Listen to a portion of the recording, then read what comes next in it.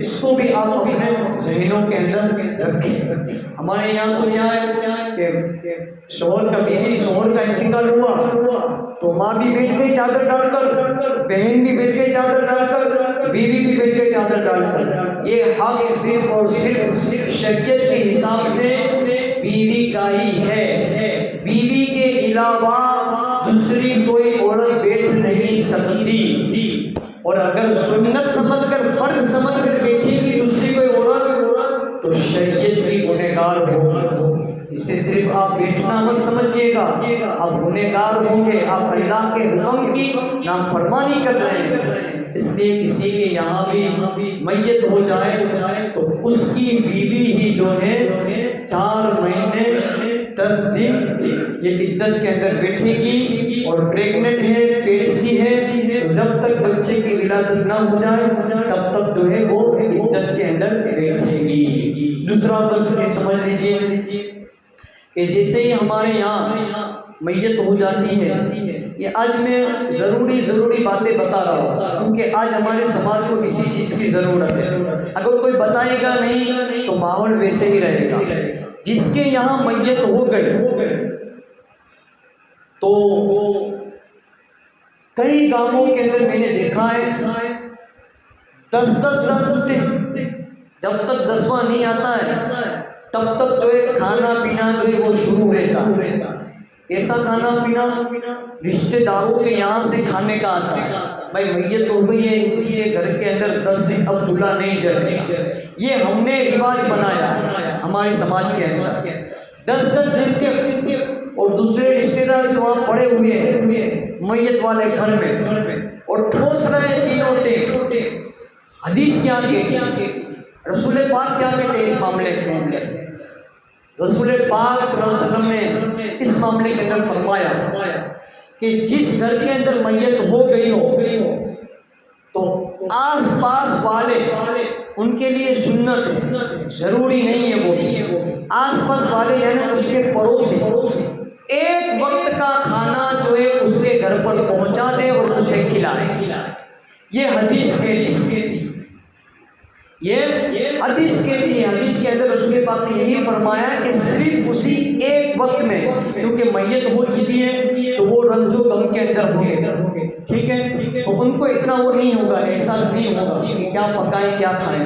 تو یہ حکم ہے پڑوسیوں کے لیے کہ وہ صرف ایک وقت کا کھانا جو ہے وہ وہاں پر پہنچا دیں میت والے گھر کے اندر۔ اور فقہائے کرام نے یہاں تک فرمایا کہ بھائی پورے ایک دن کا زیادہ سے زیادہ کب پورے ایک دن کا کھانا جو ہے وہ آس پاس والے جو ہے پہنچا دے۔ یہاں تو کیا ہے کہ 3 دن تک جو ہے لوگ چالو رہتے ہیں، تو یہ بدعت ہے، سنت کو مٹانے کی کوشش کی جا رہی ہے، آپ گنہگار ہیں۔ اسلام کے اندر کہیں بھی نہیں ہے۔ تو جب بھی میت ہو جائے کسی کے یہاں ایک وقت کا کھانا آس پاس کے پڑوس کے لیے پہنچانا، یہ کیا ہے؟ سنت ہے۔ 3 دن تک پہنچانا یہ سنت نہیں ہے، صرف ایک ہی وقت کا حدیث کے اندر حکم ہے۔ دوسری بات کہ جس گھر کے اندر میت ہو جاتی ہے، مجھے فون آیا تھا اس لیے آپ کو بتا رہا ہوں، ایک آدمی کا مجھے کال آیا، ویسے تو میں بتاتا نہیں ہوں لیکن اتنی جہالت آج کے دور کے اندر بھی ہے، وہ فون آیا تو مجھے پتا چلا، آدمی مجھے پوچھتا ہے میرے گھر کے اندر میت ہو گئی ہے اور میری گھر کی عورتیں جو ہے مجھے یہ کہہ رہی ہیں کہ 40 سے تک جو ہے کمانے بھی نہیں جانا چاہیے۔ اتنی جہالت موجود ہے آج بھی۔ اس نے مجھے پوچھا کہ کیا کروں؟ میں نے کہا بھائی یہ تو شریعت کے خلاف ہے، آپ کمانے جا سکتے، منع نہیں، 40 دن تک انتظار کرنا کمانے کے لیے یہ بھی منع ہے۔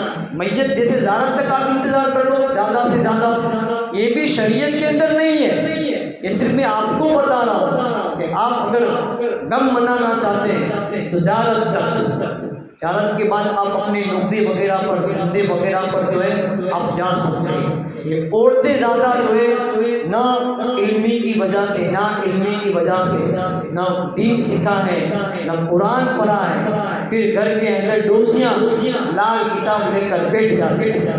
یہ نہیں کرنا چاہیے، وہ نہیں کرنا چاہیے۔ تو دین کو سیکھیں، دین کو سمجھیں۔ اسلام میں کسی کے اوپر زور زبردستی نہیں کی ہے۔ تو میت ہو جائے، میت کو دفنا کر آپ جو ہے اپنے کاموں کے اندر لگ سکتے ہیں، منع نہیں ہے۔